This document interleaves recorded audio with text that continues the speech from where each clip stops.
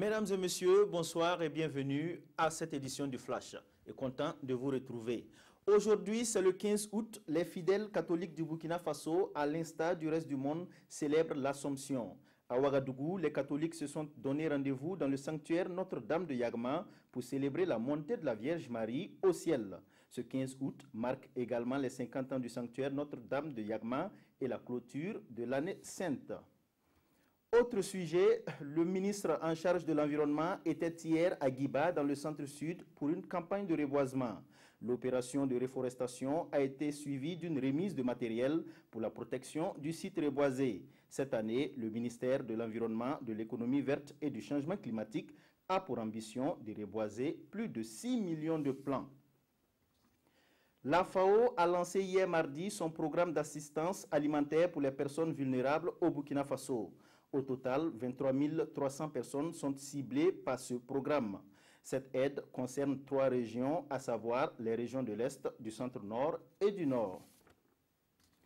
Hors de chez nous, à présent, au Mali, la mission d'observation des élections de l'Union européenne exclut toute fraude sur le deuxième tour du scrutin présidentiel. Ce scrutin a opposé le président sortant Ibrahim Boubacar Keïta à Soumaïla Cissé. Selon Cécile Kiengue, chef de la mission d'observation, les autorités en charge de l'organisation ont apporté des améliorations à même de garantir la transparence des élections. L'opposant Soumaïla Cissé rejette déjà les résultats, quant au président sortant Ibrahim Boubacar Keïta, lui a déjà revendiqué la victoire par la voix de son porte-parole.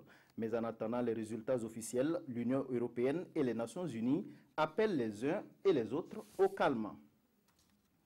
Le bilan continue de s'alourdir en Italie après l'effondrement du viaduc sur l'autoroute A10 à Gênes. Le bilan, non encore exhaustif, fait état d'au moins 30 morts et des blessés graves. Des secours et près de 200 pompiers s'activent sur place au milieu des gravats et des carcasses de voitures. C'est hier